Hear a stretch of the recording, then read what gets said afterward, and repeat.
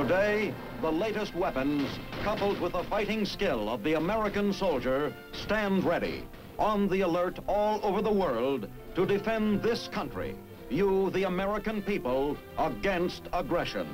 This is The Big Picture, an official television report to the nation from the United States Army.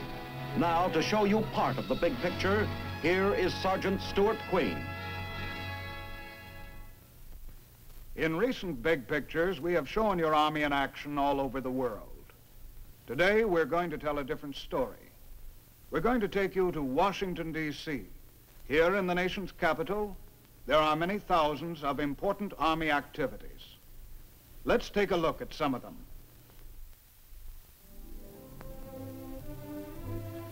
This is the Washington we all know and recognize, the capital of our nation. The beautiful city with its famous landmarks.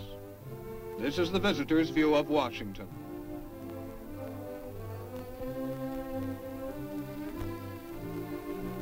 But across the Potomac River, there is another side to the story, the military aspect.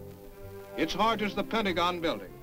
This is where the highest officers in your Army perform the duties and make the decisions which will affect every soldier in uniform. Surrounding the Pentagon, there are other military buildings. This is T7, headquarters for the Military District of Washington. Major General Stokes commanding. Let's go inside for a few words from the General. Ladies and gentlemen, welcome to the nation's capital and the Military District of Washington. I hope you will enjoy your visit with us. Although we will not be able to show you all of the interesting tasks performed by our soldiers, we have selected some of the highlights, which we think will have a special appeal to our big picture audience. You will find here in the shadow of the Capitol that the men and women of your Army are daily performing a great variety of interesting jobs. In some cases, they are perhaps unique in the Army. You will see and become familiar with some of them and with the men and the women who perform them. You will also see evidence that we have not lost sight of our more serious mission, that of training our soldiers to peak efficiency to prepare for the defense of their country. Perhaps the most famous of all the military units here in Washington is the 3rd Infantry Regiment, whose origins go all the way back to the Revolutionary War. Today, they are marching across the apron at the Military Air Transport Terminal to welcome General Agustin Munoz Grandes, Minister of the Army of Spain. As the plane touches down, the 3rd snaps to attention. Whenever world figures come to Washington on affairs of state, our government must always be a good host. On such occasions, a great deal of the responsibility falls on this unique Army unit, for it is one of the many duties of the 3rd to welcome these important personages with honor and ceremony, to greet them in behalf of the United States.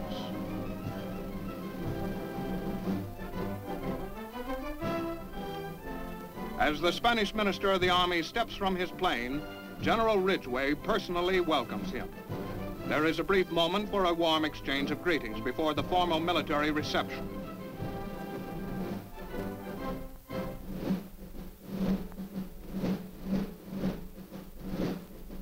All the rifle butts slap as one, and the 3rd renders a salute to a military man from a friendly nation, and the honor is returned.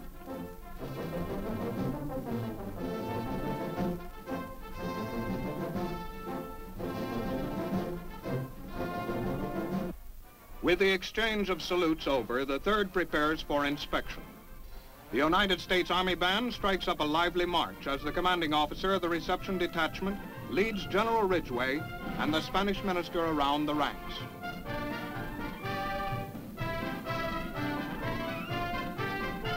Only hand-picked officers and men are to be found in the ranks of the 3rd. Serving in this regiment is a high honor, and it is not everyone who can qualify. Always in the public eye, appearance and deportment must be letter perfect. Such things are taken for granted in the 3rd. To the foreign dignitaries who see them, they represent the United States Army. They must be the best. The inspection over, General Grandis takes his leave of the detachment commander and heads for Arlington National Cemetery and the tomb of the unknown soldier. Here, he is destined to encounter another activity of the 3rd Infantry Regiment.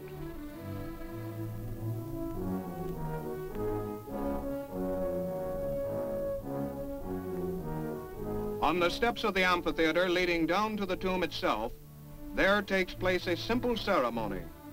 A detachment from the 3rd serves as honor guard for the proceedings, while the Spanish general pays tribute to an unknown American soldier who died in the service of his country.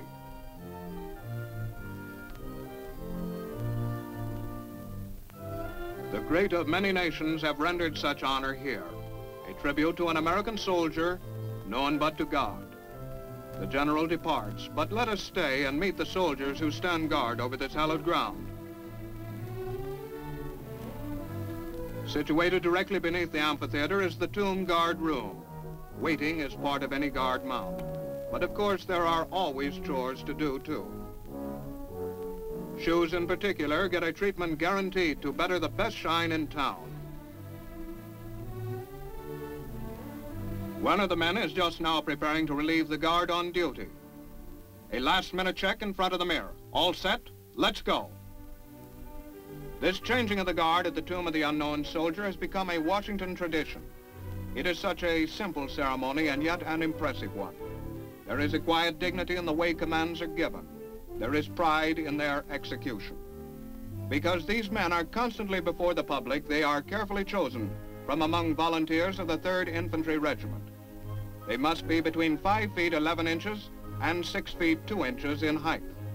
They must have no physical disabilities or any disciplinary action against them on their record. Misconduct as trivial as a traffic violation in the city of Washington is sufficient to cause removal from the guard. Visitors from all over witness this changing of the guard, some 4,000 a day during the summer months. These are honored soldiers with an honored duty to perform. With the changing of the guard completed, the old sentry returns to the guard room for some well-earned rest, while the new sentry begins his tour of duty.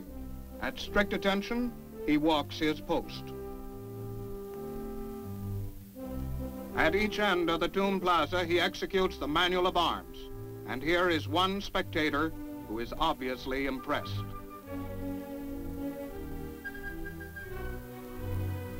One hour on and 3 off, 24 hours a day.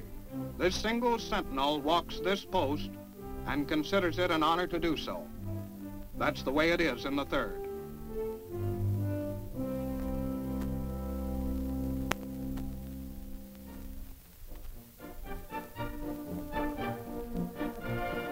This unique regiment has many duties and often participates in the varied activities of the nation's capital.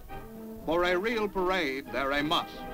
In inaugural parades, they serve as the Presidential Honor Guard. To the men of the 3rd, Pennsylvania Avenue is as familiar as the drill field back at their home station, Fort Myer, Virginia. But everybody has seen a parade. Let's go now and take a look at some of the more unusual activities of this unusual regiment. Our big picture cameras have now moved to historic Mount Vernon on the high bluffs just south of the city of Washington. Here you are about to meet the ceremonial color sergeants of the 3rd Infantry Regiment. Beside me is Lieutenant David H. Rumbo, Assistant Operations Officer of the 3rd Infantry Regiment. His family has been Army all the way. Lieutenant, I believe that your family, as a matter of fact, goes back to the Revolutionary days, and I can't think of anybody more qualified than yourself to explain the tradition behind this uniform which these members of the Ceremonial Color Guard wear today. Thank you, Sergeant. The uniform worn by the members of the Color Guard of the 3rd Infantry is an exact replica of the uniform worn by the enlisted men of the regiment in 1784. This is to remind the members of the old guard of the long and proud history of the 3rd United States Infantry Regiment. You will notice that certain distinctive items of the uniform, such as the powder box, the canteen on the man's left side. The regimental crest of the 3rd Infantry is an infantry officer's cocked hat of the period 1784. The knapsack strap worn on the left shoulder of the uniform is a holdover from the War of 1812, when the 3rd Infantry stood up before the regiments of British and were marked only by this colors of buff and black, which are perpetuated today in the knapsack strap, a 1/4-inch strip of leather in the same colors of buff and black. Well, thank you for describing the uniforms. But what are some of the other traditions, Lieutenant, that characterize the 3rd Infantry Regiment?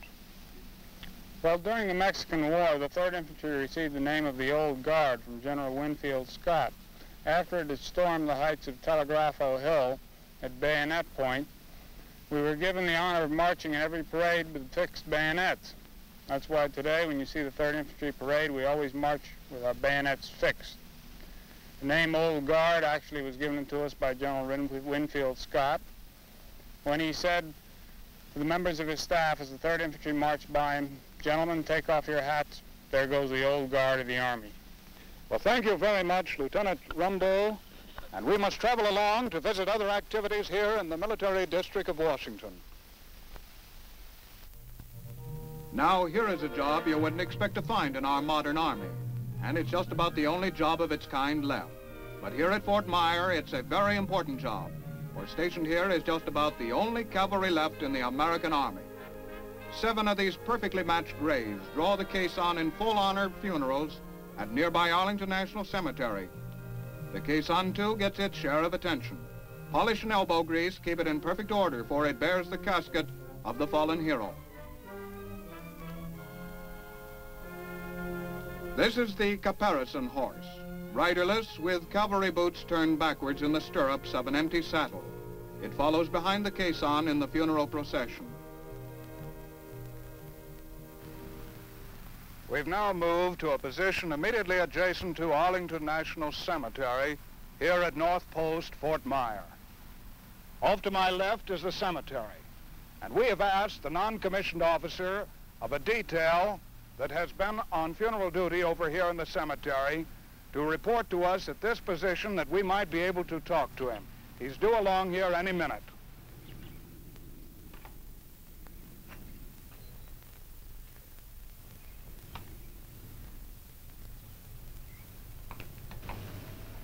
This is Sergeant Roger Gregory, section leader of the caisson detachment here at North Post, Fort Myer, Virginia. And this is Big Boy. Roger, we have seen already some of the caparison horses here in the detachment, but I'm wondering if you could explain in detail a little bit more about their significance. It comes from the ancient times when it was believed that a riderless horse would follow his master to the grave. Actually, today it's a symbol of respect, used in funerals of cavalry officers and general officers. Well, how long have you yourself been with the detachment? 14 months. 14 months. And specifically, what is your job during the funeral procession? Well, I ride the lead horse. I'm out, right out in front of the section. It's on the way to the graveside. Has Big Boy always been the lead horse? Right. How long have you ridden him? 13 months. Incidentally, just how old is Big Boy? Approximately 9 years old. Well, I've been wondering how long are these horses kept in service and what happens in the way of replacements for them later on? Some of them work up to the age of 18, some 20 years of age. Come on, man. Actually, then, these are the remaining few in the Army today. They are. And so we have here today a living symbol in Sergeant Roger Gregory and Big Boy of the mounted service that goes back to the early days and the founding of our nation. Every Sunday on the drill field at Fort Myer, the 3rd Infantry Regiment holds a review and invites the public to attend. The band that accompanies the regiment at these functions is the same band that welcomed General Grandis at the airport. It is the United States Army Band. It is another of the unique organizations in the Military District of Washington. Since its creation, the Army Band has led a varied and distinguished career. Open-air concerts are given each summer in the city and are enjoyed by thousands. It is the Army Band that leads the inaugural parades. Besides these duties, it has represented the United States Army at many musical functions and celebrations throughout the world.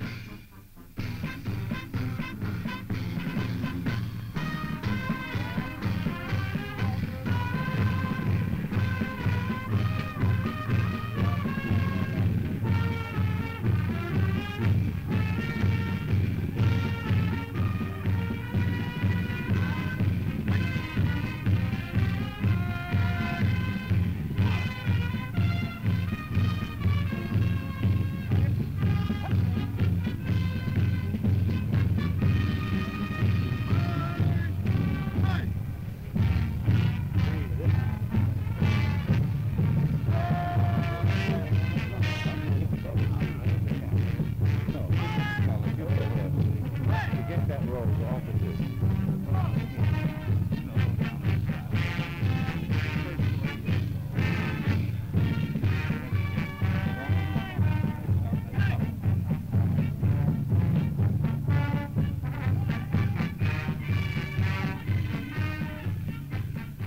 Paced by the United States Army Band, the Old Guard passes in review.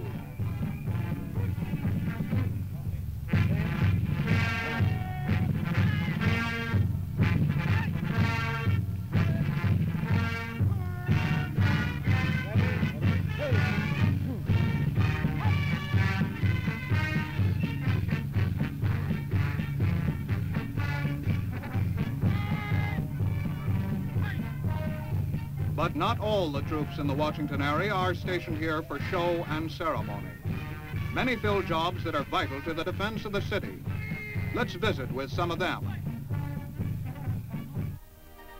In the suburbs surrounding Washington, there are many anti-aircraft batteries such as this, ready for action 24 hours a day. Battery commander of Charlie Battery of the 14th Anti-Aircraft Artillery Battalion is 22-year-old Lieutenant David Lacey. Lieutenant, we have mentioned the overall picture of the Army Anti-Aircraft Command being our first line of defense. But just where does your battery fit into this picture? Well, Sergeant Queen, I would say that we here around Washington are in the last line of defense rather than the first. I say this because I feel that if the enemy is able to penetrate our other defenses and get through, then it will be up to us to protect the capital.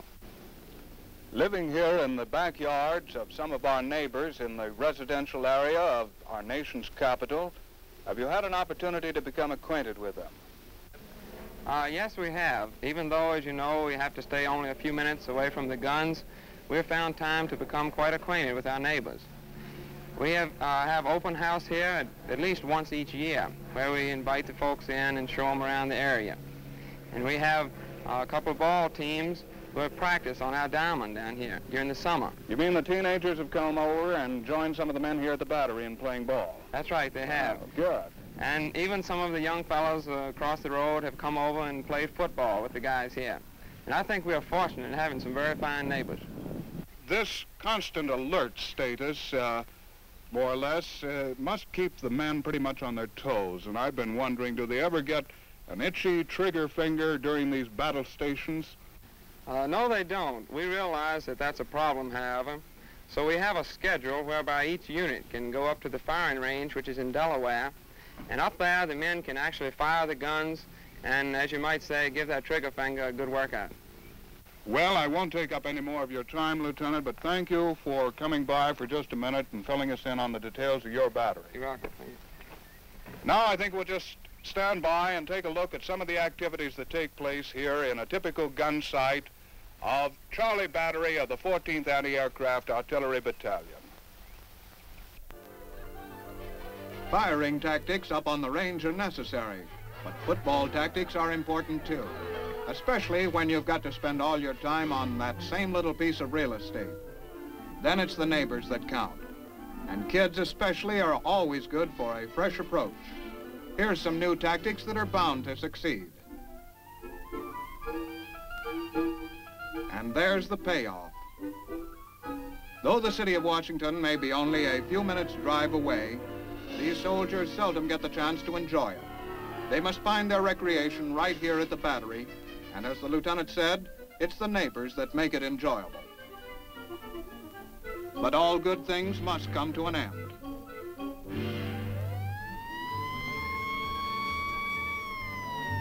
Somewhere on the screen of an early warning radar set, an unidentified aircraft has been picked up. It is probably friendly, but it could be an enemy bomber. The AA command can take no chances. To these men, alerts such as this are routine. They happen every day. So far, they have always proved to be only an alert, but men and guns are ever ready.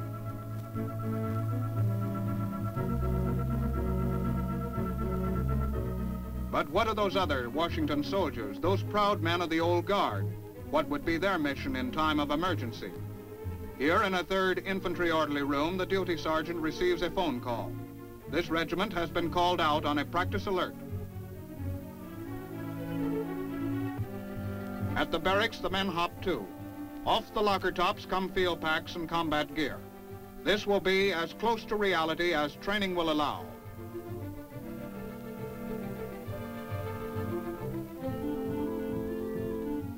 Over at battalion headquarters, the CO briefs his officers. This particular mission is carefully explained.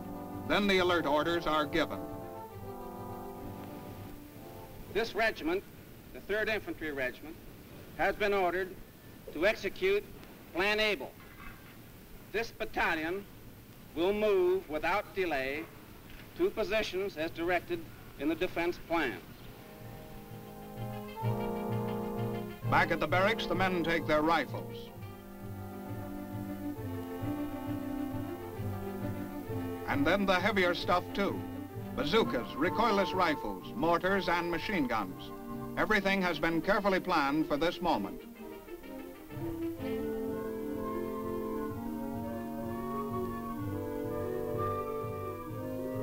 In an emergency as on parade, split-second timing plus teamwork pays off in performance.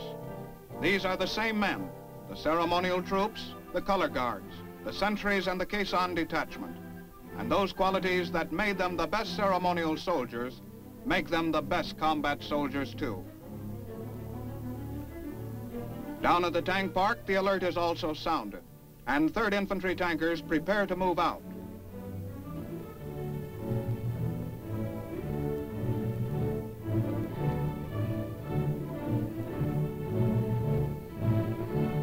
If this were a genuine attack, the 3rd Infantry's primary duty would be defense of the capital and protection of the nation's leaders.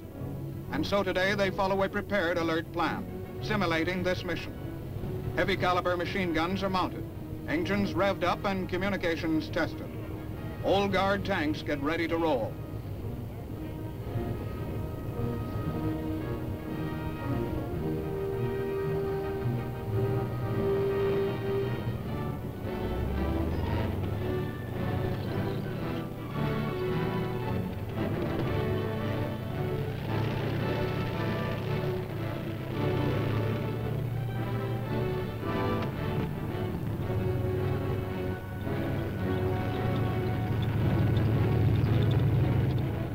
While the tanks rumble to their destinations, trucks pull up to receive the infantry.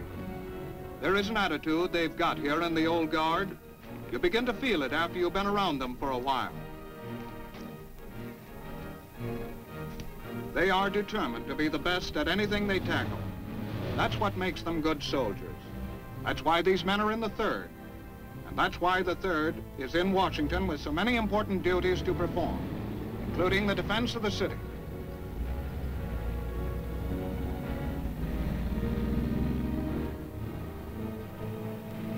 With the Pentagon for a backdrop, tank elements race down the main highways to establish roadblocks at critical intersections. No tickets for speeding today. In the real thing, swiftness of movement would be essential.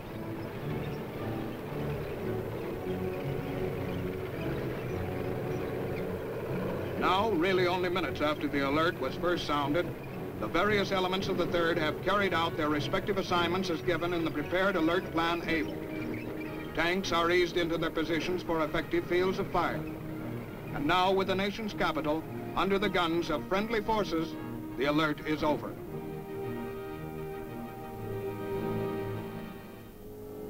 You have seen only a glimpse of what goes on here in Washington. You have visited only a few of the many military installations around the city. And now, every evening, the people who work in all these places go home to rest and recreation. But elsewhere, there are others who will not rest tonight. At the anti-aircraft batteries, the watch is kept. The guns point into the evening sky. They are still now, but always ready. The Pentagon is quiet, too. The offices are empty. The day's work is done. At the tomb of the unknown soldier, a solitary bugler sounds taps.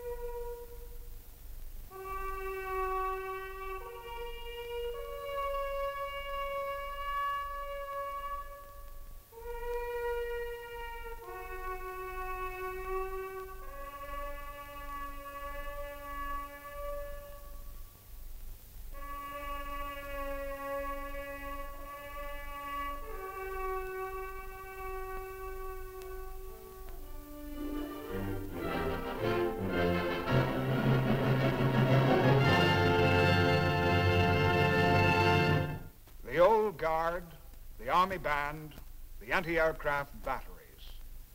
All these are a part of the Washington scene, a part of the military life that gives the nation's capital its color and vitality, a part, too, of the nation's defense.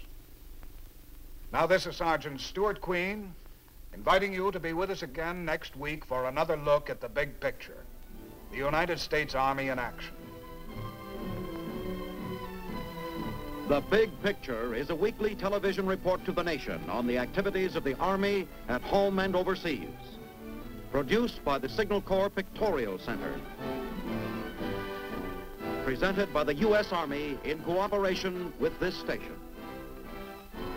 You can be an important part of the big picture. You can proudly serve with the best equipped, the best trained, the best fighting team in the world today, the United States Army.